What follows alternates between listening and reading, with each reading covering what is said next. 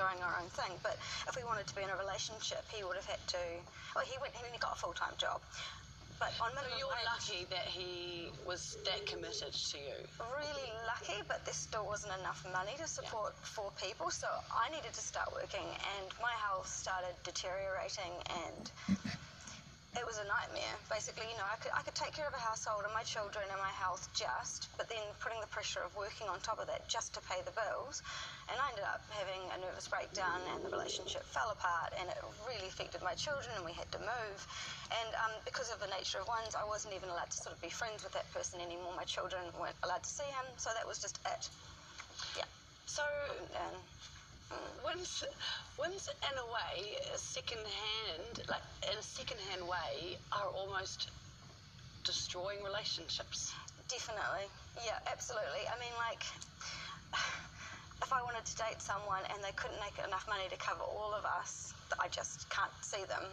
And it just doesn't make any sense. I mean, by the twisted logic of their policy, I can have as many one-night stands as I like, essentially, but if I start having any sort of actual connection with someone, that's it. They need to either support me or I lose everything. So I'm basically forced to live in isolation. And they even consider, like, emotional support to be potential relationship material. So that means even having, like, a friend that I, you know, see once a week to have a hug and just a bit of human contact, that could put me in danger of losing my entire income. So, yeah, it's really isolating and really lonely, and you're really poor and you're really sick, and it's really hard to kind of keep going sometimes, to be honest. It's heartbreaking. Very, very quickly, Ruby, what changes would you like to see? So today we're delivering a petition with almost 8,000 people's signatures, and like us, everyone who signed this petition believe we urgently need to change the welfare system so everyone can live good lives, and that means increasing benefit rates significantly, it means removing the punitive sanctions and obligations, and it means changing the relationship rules so people like Hannah have the opportunity to build healthy relationships. And tomorrow the government could change the threshold from 6 weeks to 3 years to be in line with the Property Act law. They could also halt all the really harmful investigations that we know are happening, and they're mainly happening to mums. And they're invasive. It's terrifying. They can go to telecommunication services and say, we want to see everything on this person's phone. So any sort of intimate details, you know, if I'm having a really hard day and I've just poured out my heart to someone, they can be looking at that. And it's such a creepy feeling to know that you could be getting watched and judged and being called into a little room to be investigated, and living under that kind of fear is extremely difficult. It's really 1984, but Yes. for those most vulnerable, isn't it? It really is. It's like you're not really a human like the rest of us, so you have to sort of fit into all these crazy rules. And You are a human, and hopefully we can get this fixed, because absolutely everyone has that right. Thank you so much, Hannah McGowan and Ruby Powell. Thank you for having us. All right, it is 7 o'clock now, and here's Melissa with the news. Spark says it's confident its streaming service will cope going forward. Many Rugby World Cup viewers faced technical issues during the All Blacks opening game on Saturday night, leading the telco to screen yesterday's games on TVNZ's Duke channel. Chief Executive Jolie Hodson says they're committed to making the platform work. We will be going back to live streaming from tonight in terms of the game tonight. Performed well last night, and as we look ahead, it's part of the ongoing. We need to make sure that we're delivering a great service, and we'll be very focused on that. And at any point within that time that we don't think we are delivering great service, then we will switch across to TVNZ. Advocates are calling on the government to adopt a number of the Welfare Expert Advisory Group's recommendations. The group reported back in February with suggestions including a change to the way work and income defines beneficiaries' relationships. Action Station's Ruby Powell says the current situation isn't realistic. So the threshold for a relationship being considered in the nature of marriage within the current government policies is for someone to be dating for 6 weeks, having someone to stay for more than 3 nights a week, and regardless whether they're living together. And I don't know about you, but I've never been in a relationship for 6 weeks where I thought, we're ready to become financially interdependent. New Zealand will soon have access to comprehensive information on our schools and the students in them, thanks to a world-leading database. The New Zealand Initiative has created a tool that can look at the socio-economic backgrounds of around 400,000 NCEA students over the past decade. Chief economist Eric Crampton says no one in the world has access to data as comprehensive as this. What we could do with this tool, or if the ministry wanted to, you could use it for identifying which schools do a particularly good job, and with communities that might have a more difficult time at other schools, and then send ERO, the Education Review Office, in to see what's actually going on. It might be something that the school is doing differently, or it might be something about that community that's really nothing to do with the school. Australian Prime Minister Scott Morrison has announced his country will join the space race. It comes as part of his 10-day trip to the United States. Mr. Morrison visiting NASA over the weekend, declaring a $150 million investment over 5 years to support the American Space Agency's expeditions to the Moon and Mars. He says the commitment will create new jobs and allow Australian businesses to support the United States' $350 billion space program. Take a look at sport. The All Blacks have been knocked off top spot in their pool at the Rugby World Cup by Italy. The Italians awarded a bonus point for beating Namibia. Elsewhere, Ireland looked good with victory over Scotland, while England overpowered a spirited Tonga. Victor Waters has a wrap-up of the overnight action. One of the favourites for the World Cup title, it didn't take Ireland long to fire their first shot.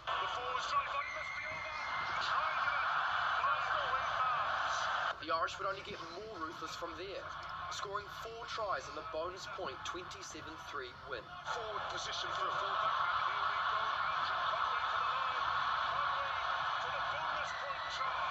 The result sets up Ireland for a likely quarter-final clash with South Africa and sends Scotland towards a possible knockout match with the All Blacks. Though the defending champions were knocked off the top of Pool B by Italy's 47-22 win over a plucky Namibia.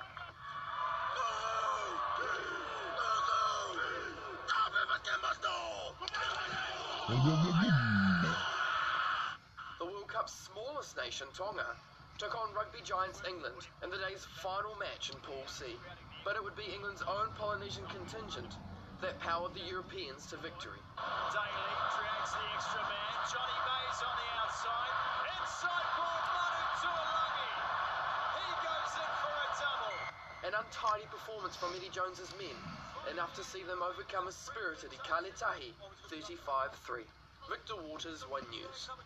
Australian winger Reece Hodges set to face a judicial panel over a dangerous tackle during his side's win over Fiji.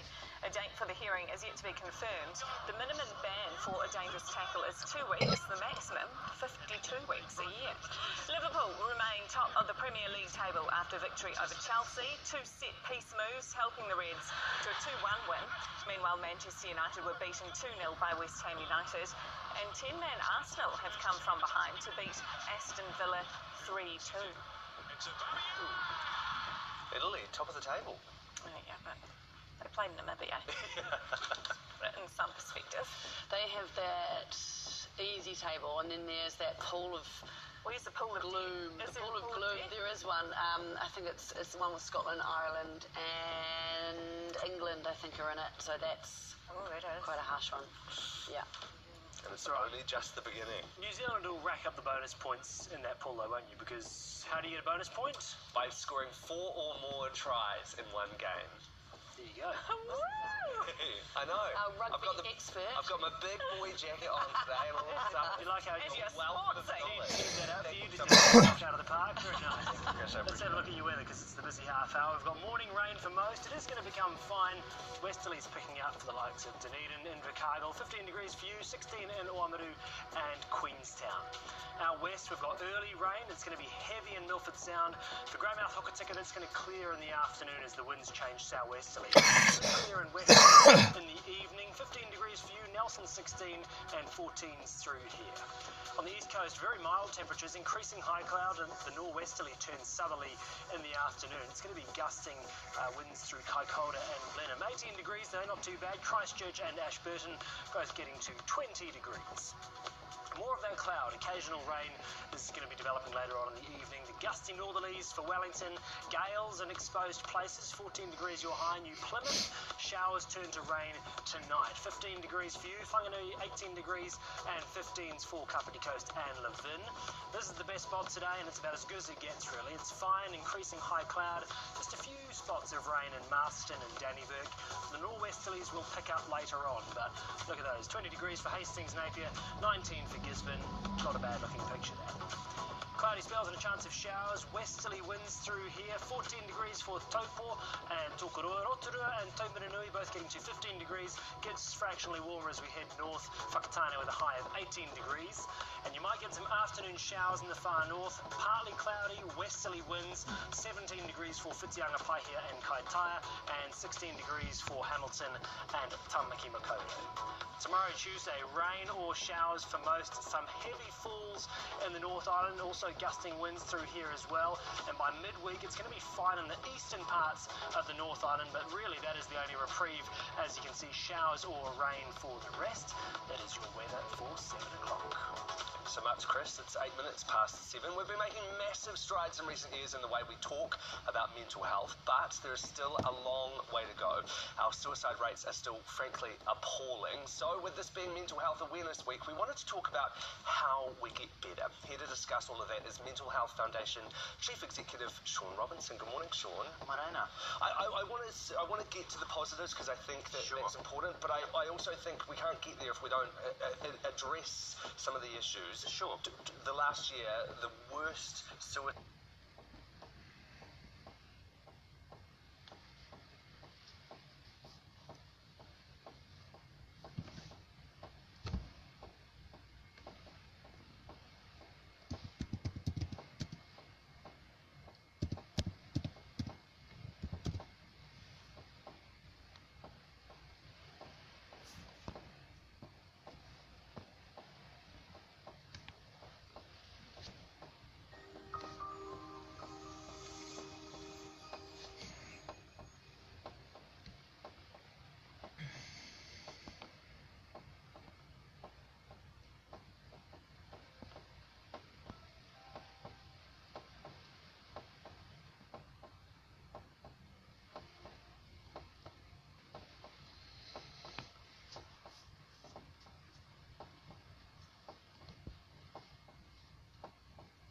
Welcome to this meditation, Becoming the Ocean.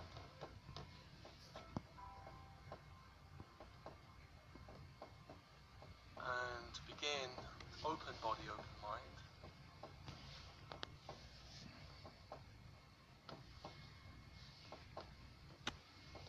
And with your breath, connecting to your body, bone and blood, with your breath.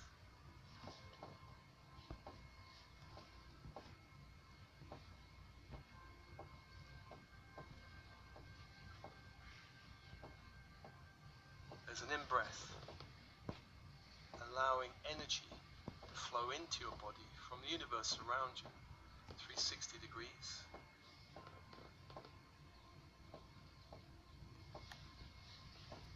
There's a pause, and then there's a releasing of the breath.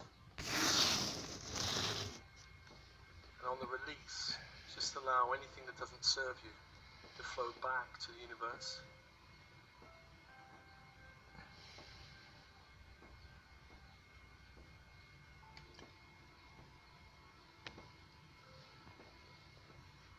Following that cycle of breath, which is very much like the wave that comes up the ocean shore. On the in-breath, the wave flows in, up the shore, and it reaches its fullest point.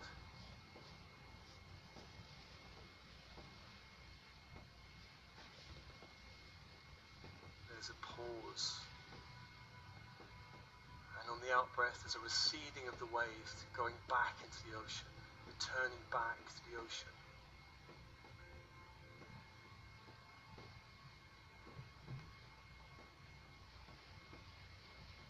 Allow your breath to match this wave of the ocean.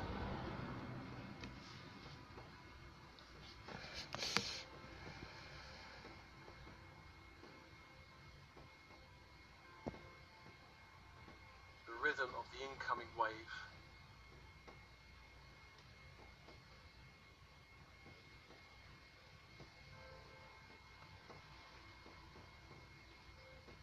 Pause in the outgoing wave.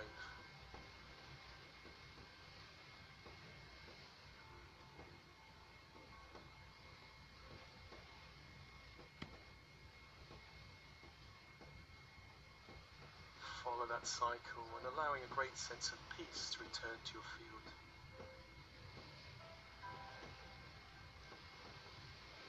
As you follow this natural rhythm of breath, the natural rhythm of incoming energy,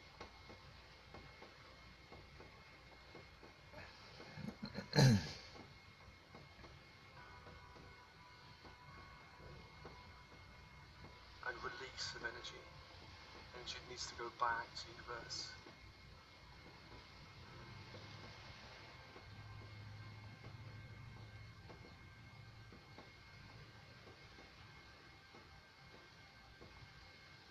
Following that cycle of breath.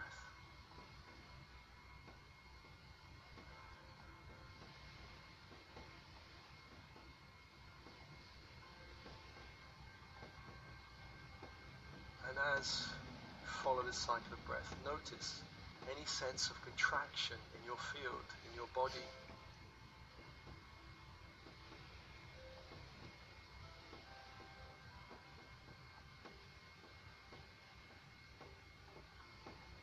As you follow this rhythm, is there anywhere you have a sense of contraction? Contraction of the physical body. Tight feelings in the muscles or organs or systems of the body.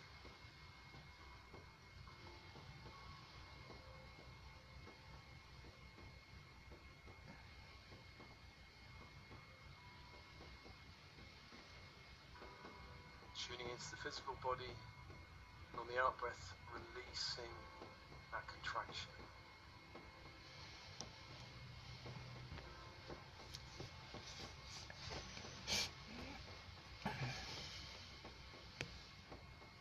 Allowing more spaciousness and light into your being on the in-breath.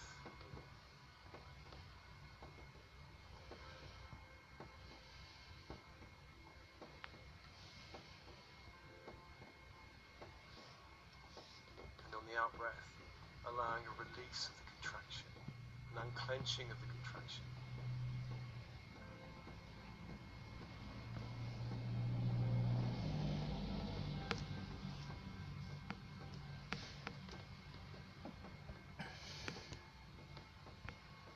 Following that energy and also noticing if there's any emotional contraction.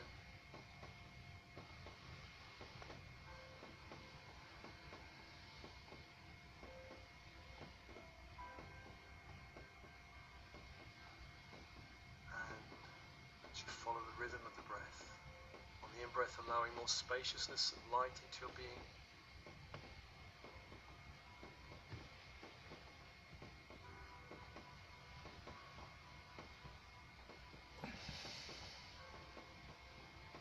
Out-breath, releasing any contraction of emotional energy.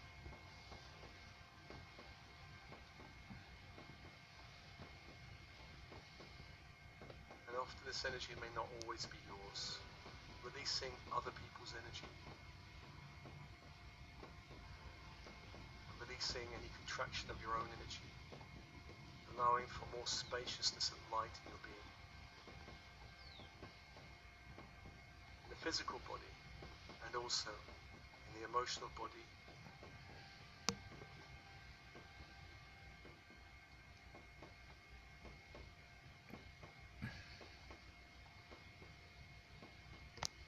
Just flowing with that for a while, following that cycle of breath.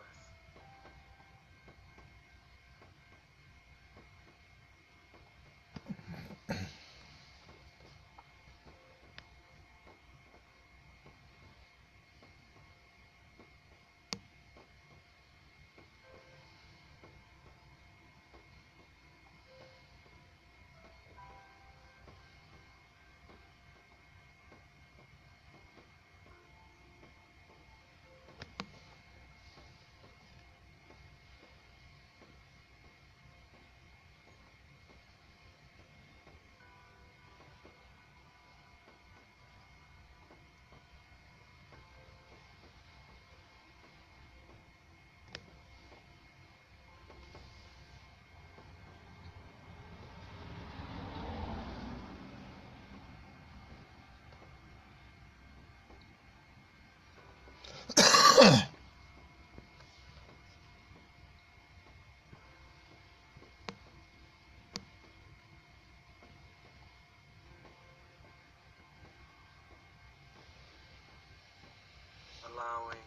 the release of the contraction anywhere in your field. If you sense there's any energetic contraction in your auric field, heaviness, on the in-breath, breathe in light into that place. On the out-breath, just release back to universe, anything ready to be released.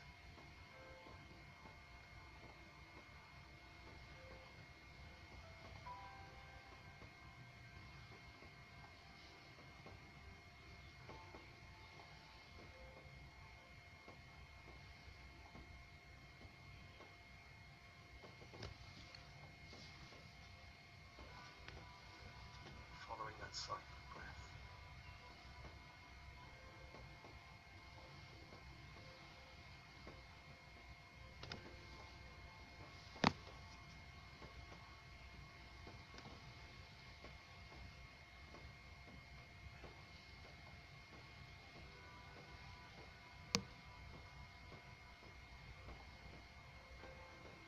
And with the natural rhythm of breath, feeling your connection to the ocean.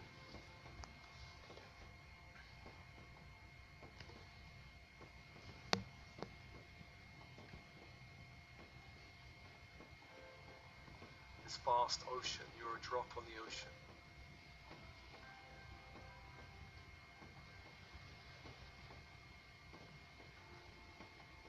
You are held and connected to the ocean.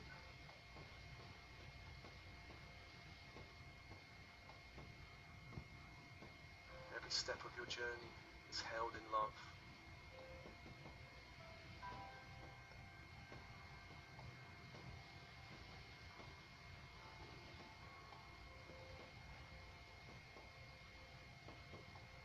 With that cycle, that rhythm of breath,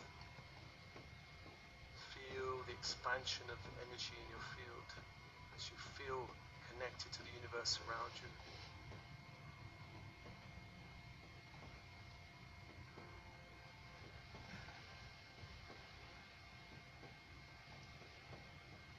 Notice that expansion in the physical body and the cells.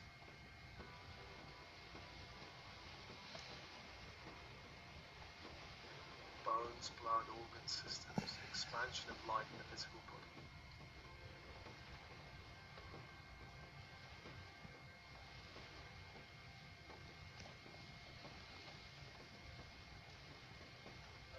As you follow the incoming wave, the pause and the outgoing wave, each wave bringing more expansion into your field.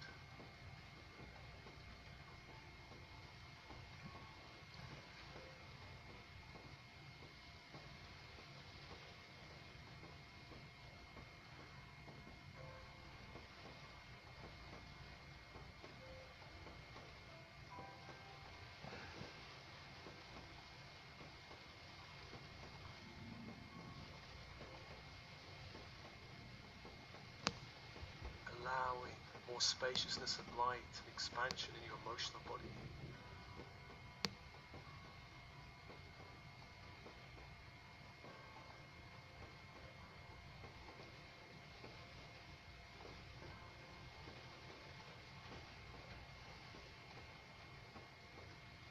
Allowing for expansion of peace in the emotional body.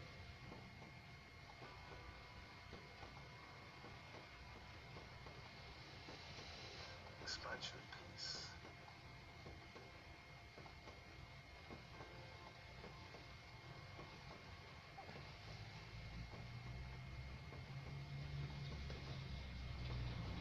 Expansion of calm, serenity.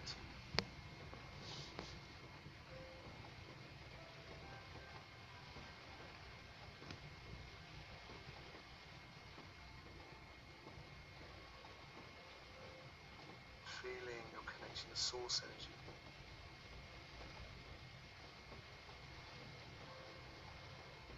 Feeling source is holding you every step of the way.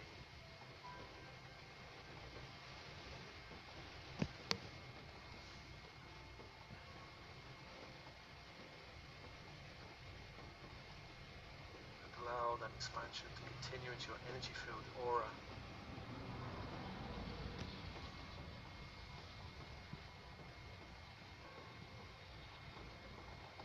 Allowing your energy to expand in light.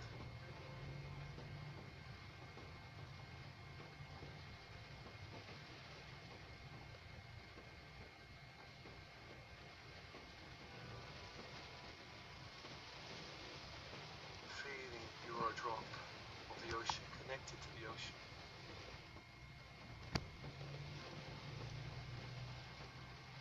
You are the ocean.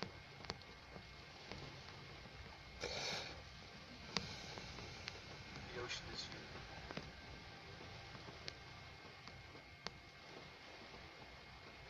Following that cycle.